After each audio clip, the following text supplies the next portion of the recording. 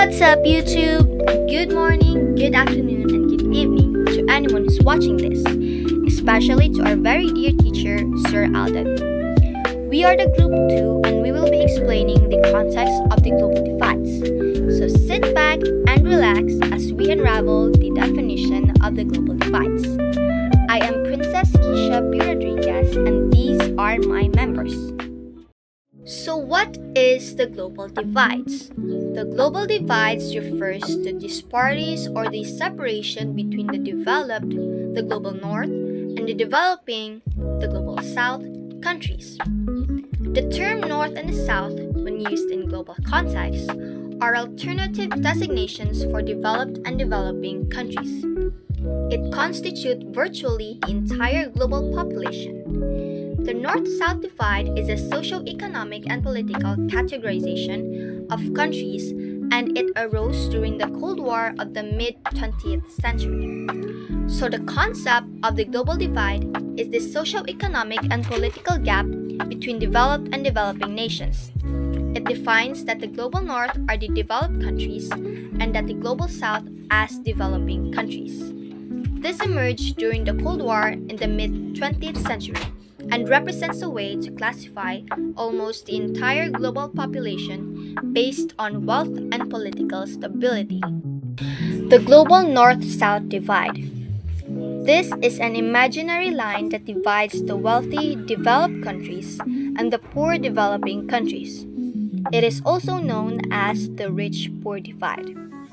As nations become economically developed, they may become part of the global north, regardless of geographical location, while any other nations which do not qualify for developed status are in effect deemed to be part of the global south. So how was it created? During Cold War, the global divide was made official with the East and West power. The West power includes the United States and allied countries, while the East power includes the Soviet Union and China. They divided the world into three categories that embodies three types of countries along the globe: the first world, the second world, and the third world. The three worlds theory. The first world. It is composed of industrialized and democratic countries, which most members were assumed to be allied with the United States against the Soviet Union. These include Canada, Australia, Japan, Western Europe, and etc. So the first world were led primarily by the United States and the United Kingdom. These nations were committed to capitalism and liberal democracy. These countries were the first to industrialize, leading to higher standards of living, advanced technology, and stable political systems. The second world. Former communist countries that aren't quite in poverty but aren't prosperous either. This includes the East Germany, Georgia, Poland, Ukraine, and etc. This was led by the Soviet Union and for much of the era, China. These nations followed communism and socialism. They focused on rapid heavy industry and social equality through government planning. While they were technologically advanced in areas like space, travel, and weaponry, they often struggled to provide the same variety of consumer goods as the first world. The third world. The non-aligned world and as the global realm of poverty and underdevelopment. We have Afghanistan, Latin America, Asian countries, etc. Originally, third world didn't mean poor, it meant neutral. These countries that didn't want to pick a side in the fight between the US and the Soviet Union. Because many of these nations were starting from scratch after being colonized, they faced high poverty and low industrialization. Over time, the term third world shifted from meaning neutral to meaning developing or impoverished. Global North. This group is made up of wealthiest, industrialized, and technologically advanced nations. Think of them as the developed world. Key regions include US, Canada, Western Europe, Japan, South Korea, Australia, and New Zealand. So pasabot ra ani is muna siya ang mga country nga mga rich country. No, natin ang mga examples, US, Canada, gitawag na sila as the North Divide. The global North is richer because its economies possess inherent structural advantages that allow them to create more wealth and set the roots for global commerce. So, kaning mga inherent structural advantages, ito na sila itakal ron, but muna sila ang reason na rich sila. Okay, first, dominance in advanced industries. The North generates massive wealth by concentrating its economies on high-profit sectors like advanced services, finance, consulting, and high-tech manufacturing, instead of relying on low-value goods. So, general sense mong good, if ang country kay mas dato, mas higher lang education, if giporso po nilang education, but most sa mga North Divide or mga countries na appeal sa North Divide, ilang spend sila og money into sa education, which lead ang ilang mga services, ilang professionals, mas high quality ang consulting ug ang services, na siyang advance ang services. Plus, instead nga mag-sell sila, mag-farm sila, example, mag-farm sila apples, nila nang i-harvest, nila baligya, sila di na nila ibaligya as raw, ilan ang gamong different product or ilan ang i-manufacture do something different para mas mahal siya. Like example, apple, mo siyang ito apple chips, apple sauce, apple juice, nga ba? Control of global innovation. Northern nations maintain their economic lead by making the largest investment in research and development, R&D, effectively owning and profiting the key technologies and ideas that power the modern world. So muna ni akong gingon nga, mas rich ang country, mas naa sila'y time and money to spend in generating ideas or research and development. Bale, murabag nagbayad sila mga tao nga like ang trabaho ra jud is mag-generate ra jud og ideas, mag-solve ra jud og problem, then eventually sila makagama sila mga innovation, which kaning mga innovation nila, example, effective nga medicine for a uncurable sickness. So syempre other countries ganahan sila mopalit ani, but ilang i-make sure nga ang ilang innovation is ilahara jud or ilang kung mo gamit magali ang ubang countries, paliton dapat sa ilaha. So muna siyang murich na sila sa tungod sa innovation, murich pa sila pag gamiton ilang innovation. And last is setting the international rules. The North leverages its influence over major global financial institutions like the IMF and World Bank to write and enforce internal rules for trade and money, ensuring the global system consistently favors its own economic stability and growth. So, matag og scenario, ang country nga, ang poor country, like they need to borrow money, so or need sila money, syempre muduon sila sa rich country. Kani nga rich country mo help sila, but the reason why like influential kay sila or they influence or they set the international rules because kanang ilang pag-help ani sa country financially is with a cost pod siya or na maka-benefit sila kay like pwede sila mingon dito nga mo mig loan, but inani usbon ninyo ni nga rule inana dapat kani yung suiron among rules sa among country inana ba. So muna siyang influential kay sila, and at the same time syempre the poor country needs the money, so mo rapat sila. So overall katong tulong nga akong gidiscuss is muna siya main reason nga consistent ra jud ang wealth sa mga North Divide, sa mga country nga appeal sa North Divide. Hello YouTube! Today, I'm going to be discussing about the North-South divide, its historical reasons. So, this divide started a long time ago because of colonialism. the Industrial Revolution, and war. Because of these events, the North stayed ahead and the South was unfortunately left behind. The first one is colonialism. Long ago, European countries like Spain, Britain, and France colonized parts of Asia, Africa, and Latin America. They took natural resources like gold, crops, and minerals, and used local people for labor. The colonies were not allowed to build their own industries, so when they gained independence, their economies were still weak. So, because colonies were controlled by foreign powers, they were prevented from developing their own industries. This left them economically dependent even after gaining independence. Second one is Industrial Revolution. In the 1700s and 1800s, countries in Europe and North America went through the Industrial Revolution. They built factories, machines, and transportation, which made them richer and more advanced. Colonies in the South stayed focused on farming and raw materials, so they fell behind in technology and industry. Industrialized countries gained wealth and power through technology, while non-industrialized regions lacked machines and skills, creating a long-lasting economic gap. The third and final one are wars.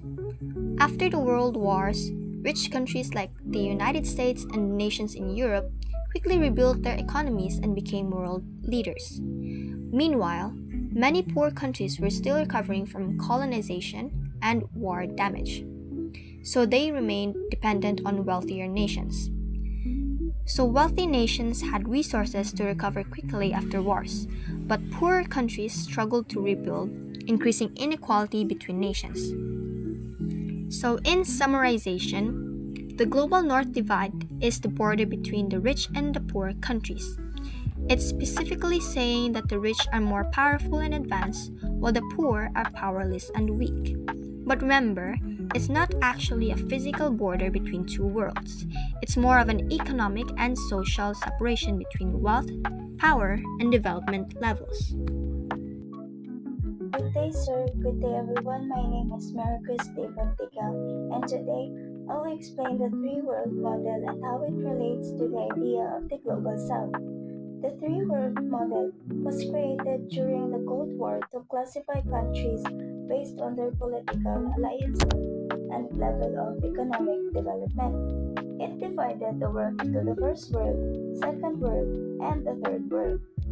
The first world referred to capitalist and industrialized countries that were aligned with the United States and the NATO. These countries had strong economies, advanced technology, and high standards of living. Examples include the United States, Canada, Western Europe, and Japan. The Second World, on the other hand, included communist or socialist countries that were aligned with the Soviet Union, such as the USSR, China during that time, and Eastern European nations. The Third World consisted of countries that were not aligned with either side, many of which were newly independent and still developing, mostly found in Africa, Asia, and Latin America. The term Third World was introduced in 1952 by a French demographer named Alfred Sauvy. He was inspired by the Third Estate in pre-revolutionary France, which represented marginalized and overlooked groups in society. Over time, however, this model became outdated. Today, people prefer using the terms Global North and Global South, which focus more on economic development and living conditions rather than political alliances. The Global South includes regions such as Africa, Latin America, and developing parts of Asia, including the Middle East. These areas are often described as poor and less developed, where only about 5% of the population has enough food and shelter. The Global South mainly serves as a source of raw materials for the Global North, and many of its economies rely heavily on agriculture. So, in terms of population, the world has about 7.7 billion people, and the global south makes up nearly three quarters of this population. Unfortunately, a large portion of the people living there are still poor. When it comes to wealth, the total wealth of the world is estimated at 283 trillion, but the global north controls about 80% of the world's total income, while the global south only controls 20%, showing a very huge economic gap. So, because of this imbalance, the standard of living in the global south is generally lower. So, many countries lack proper technology, experience political instability, and have divided economies. They depend heavily on exporting primary products such as raw materials to richer countries in the north for foreign exchange. As a result, only a small percentage of the population, as little as 5%, can consistently access basic needs like food and shelter. So, to conclude, the three world model and the concept of the global south help us understand why countries differ in wealth and development today. These ideas reminds us that global inequality did not happen by accident, but is rooted in history, economics, and political power. That's all, and thank you. Good day, everyone. Good day, sir. So, this is the continuation of the South Divide topic. So, regarding the industrial development of the South, the countries of the South, so economies of most countries in South rely on imports from the North and have low technological penetration. As the North has the advanced access on the technology, devices, machines, machineries, and all. And while the South has a low access on the advanced technology or the modern technology such as internet access, smartphones, computers, or advanced tools, so in the South it's not yet widely adopted or available in the country. So it just means that technology has not yet reached or been embraced by the majority of the target group or the countries. So the South serves as the raw materials of North. So most people in the global South live in rural areas and rely on agriculture. So according to our research, around 60% of the workforce is in farming compared to just 5% in the global North. So agriculture makes up a large part of their incomes, but low earnings and limited resources result them keep the focus on basic needs like foods and shelter. So mostly of the countries in the south rely on agriculture, so they do farming, harvesting foods, goods, and all.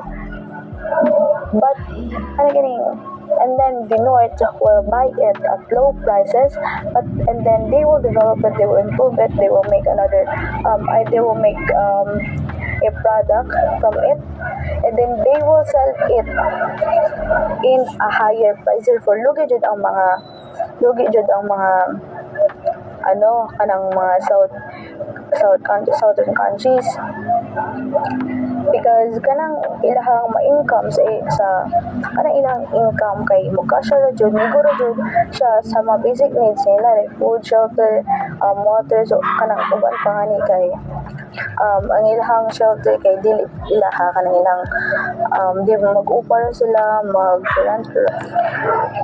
So there is a line that divides or show gaps between the north and the south. It is called the branded line. So what is a branded line? It is a simple imaginary line that divides the world into the wealthy or the industrialized nations, the global north, and the poorer and developing nations, which is the global south. So in the north, they are generally richer. Just like, for example, the North America and the Europe, while the South, they are generally poorer. So baliktad. Then, for example, the Africa, Latin America, and most of the of the country in Asia. So the boundary line was created in the 1980s to highlight the huge economic gap between the two groups, and the divide was rooted in colonialism, unequal trade, and differences in economic development. But we need to think, or we have to know that countries in the south, there is a countries in the south that is rich and technologically advanced, but then they are still under the south divide. So it just the band just shows that being rich or technologically advanced at the national level doesn't automatically mean a penetration of that there is a equal penetration across all social classes, regions, or demographics. So the divide is about distribution and accessibility. So it's not just a national wealth. For example, the Philippines. So the Philippines is abundant in yamang kalikasan. They have minerals, fertile lands, forests, and marine resources. Yet poverty remains widespread. So this happens because natural wealth does not automatically translate into inclusive development. So much of the profit from mining, agriculture, fisheries flows to corporations or mga central institutions rather than directly uplifting mga local communities. So at the same time, weak infrastructures and even governance, as we all know, as halata naman, and limited access to technology and education, which prevent many Filipinos from fully benefiting from these resources. So there is a classification. So the countries can be classified into three different types. The most developed countries, these are those advanced countries, mga advanced access na advanced access sa mga things, just like the America. Then second is the less developed countries. Those are the developing countries, just like the Philippines. Third is the least developed countries. Kaya naman kay katong mahirap just like the Africa. So there are three reasons of the world being unequal today. First is the colonialism, which colonial powers exploited colonies for resources and labor, which leaves weak institutions and unequal economies after independence. For example, the Philippines was colonized by Spain and later on by the US. So they shaped our political and economic systems in ways that it favored the foreign interests, so it favored them. Next is the trade. So the global trade favors wealthy nations that export high value goods, while poor countries remain stuck exporting cheap raw materials. So, for example, the Philippines, they export banana, sugars, and minerals, but import expensive machinery and electronics, which creates a trade imbalance. So next is the debt. So developing nations borrow heavily for growth or for the growth of the countries, but high repayment trap them in poverty and limit investments in education, health, and technology. For example, the Philippines face external debt which burdens and that limit the government on spending on poverty reduction and digital infrastructure. Kaya mobile na lang sila, ilahan na lang unahon ang ilahang utang imbis na mag-invest or mag-help sa mga DPWH, sa school, at all. Therefore, in conclusion, the global south is the economically dependent, resource supplying majority of the world's population, and systematically disadvantaged by the current global economic structure. And that will be all in our part. Thank you. So my topic is similarities and differences of the North and South divide. So the first similarity is interdependence and trade. Doesn't mean that they're not on the same divide, they can't exchange goods. So, both regions rely on mutual exchange. For example, the global south supplies raw materials to the north, which exports technology and capital. So that means that Global South is the supplier of raw materials, and Global North supplies finished goods to the South in exchange.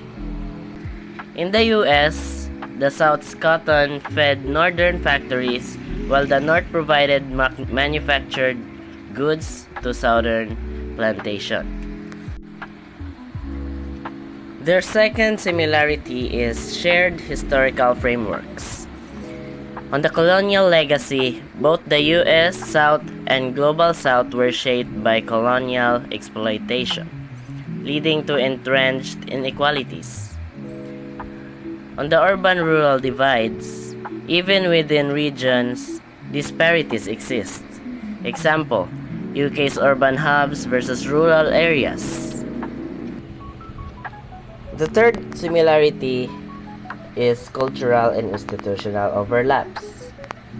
China. Despite differences in diet, which is sweet versus rice, and climate, both regions share a unified national identity and historical migration patterns. Both northern and southern China share a strong sense of national identity. This is fostered through common cultural symbols, historical narratives, and centralized governance. Let's talk about the migration patterns. Throughout Chinese history, there have been significant migration patterns between the North and South.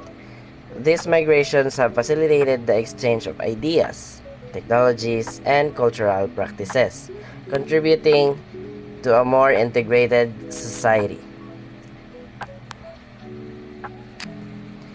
US, on the other hand, both North and South had social hierarchies and republican governance structures. North and South have historically exhibited social hierarchies consisting of elites and middle class, and the upper segment of population. While the specific composition and dynamics of these classes may vary, the presence of a structured social order is a common feature. About that, republican governance structures.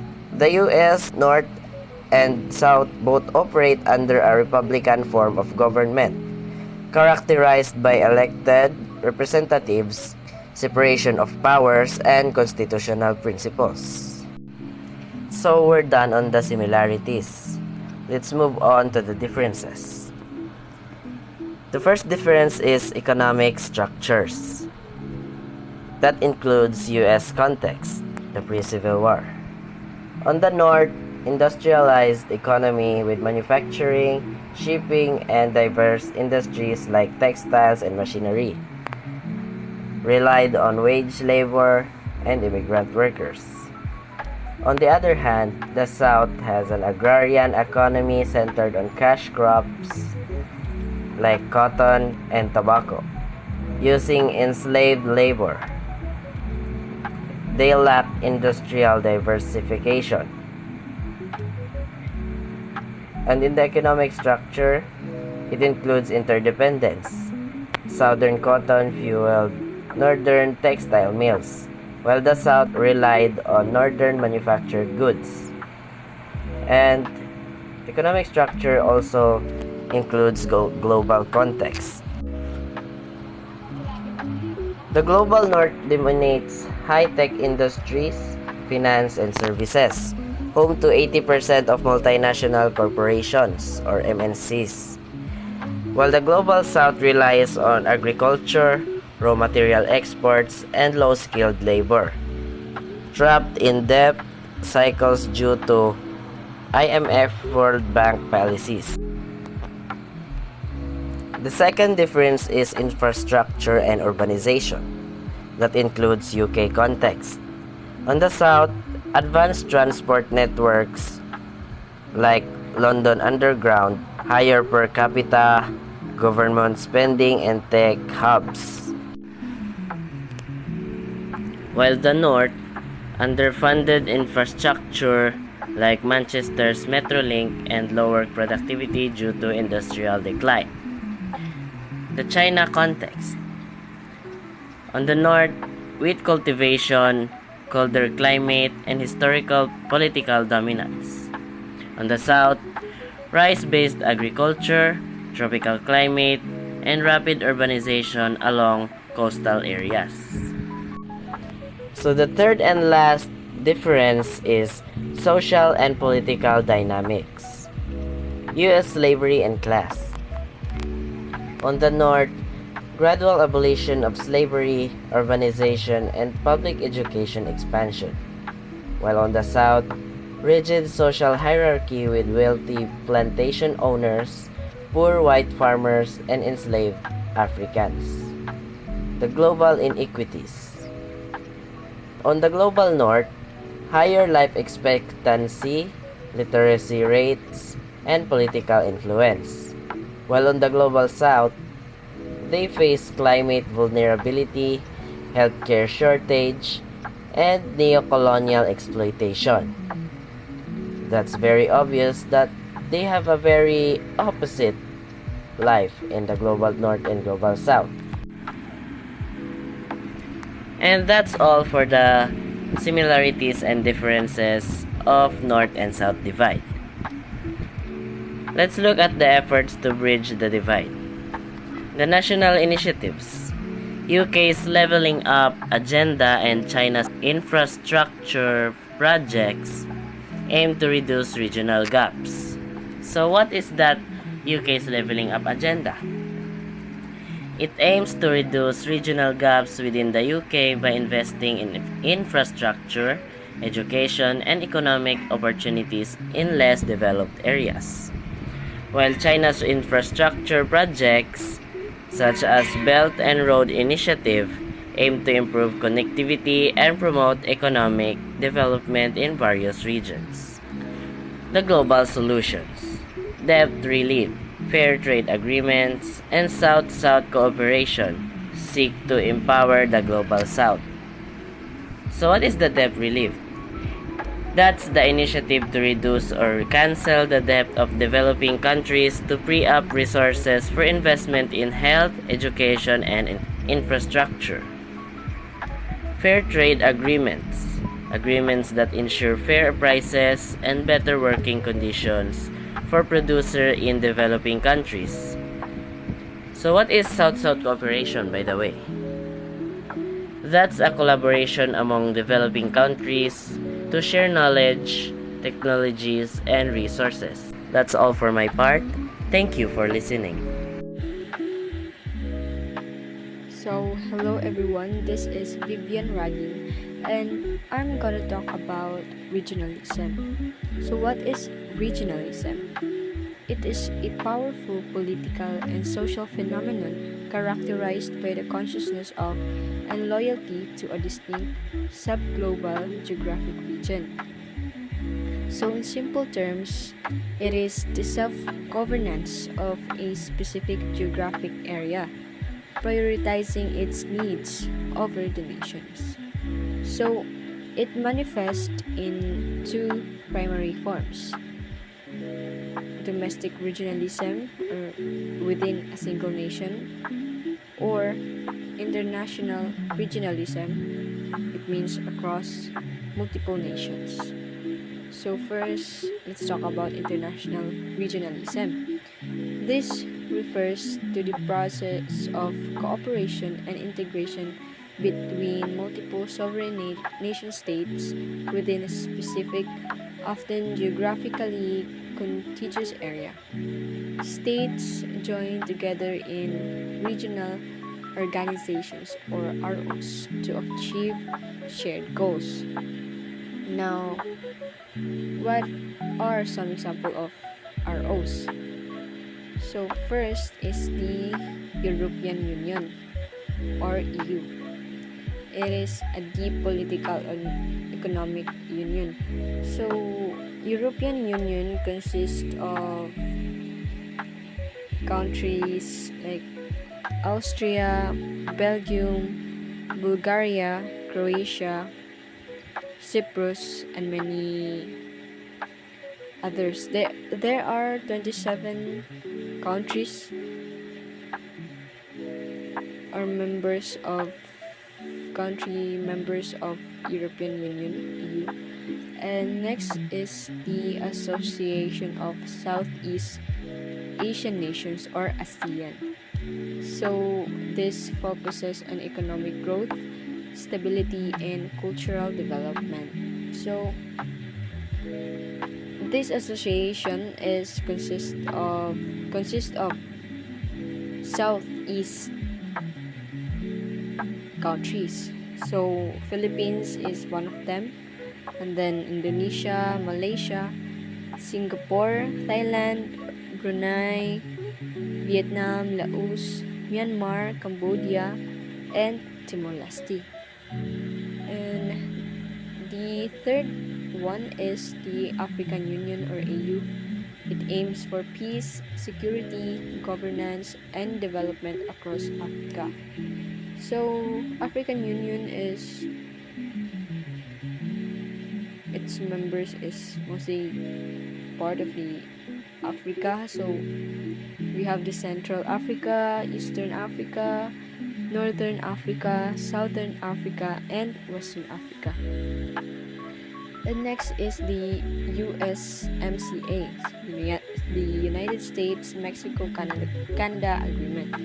So it is a trade-focused agreement in North America. So as it states there, its primary members is the United States, Mexico, and Canada. Now, there are three primary types of international regionalism. So it focuses on economic, political, and security. So it focuses on economic to create trade blocs, free trade areas, custom unions, or common markets to boost trade and investment. And political, it enhances diplomatic cooperation, collective bargaining power, and addressing shared political issues. While in security, it establishes alliances or forums for defense cooperation, conflict resolution, and promoting regional stability. Now, here's the domestic regionalism. So this refers to a political ideology and set of movements within a single country that seek to increase the political power, influence, and self-determination of a specific subnational region, like a state, province, or territory.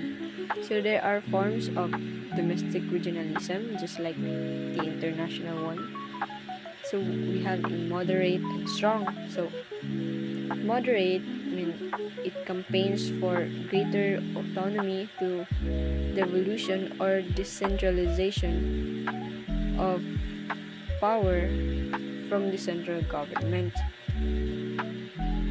And the strong is its movement demanding full sovereignty, separatism, or independence for the region. Here is the distinction between regional and regionalist parties. So regional party, it is any political party whose space is limited to a single region, regardless of its platform. And regionalist party is a specific type of regional party that explicitly campaigns for greater autonomy or independence for its region. So that's all in my part about regionalism. Thank you so much for watching this video. I hope you learned something new about the global divide. Thank you.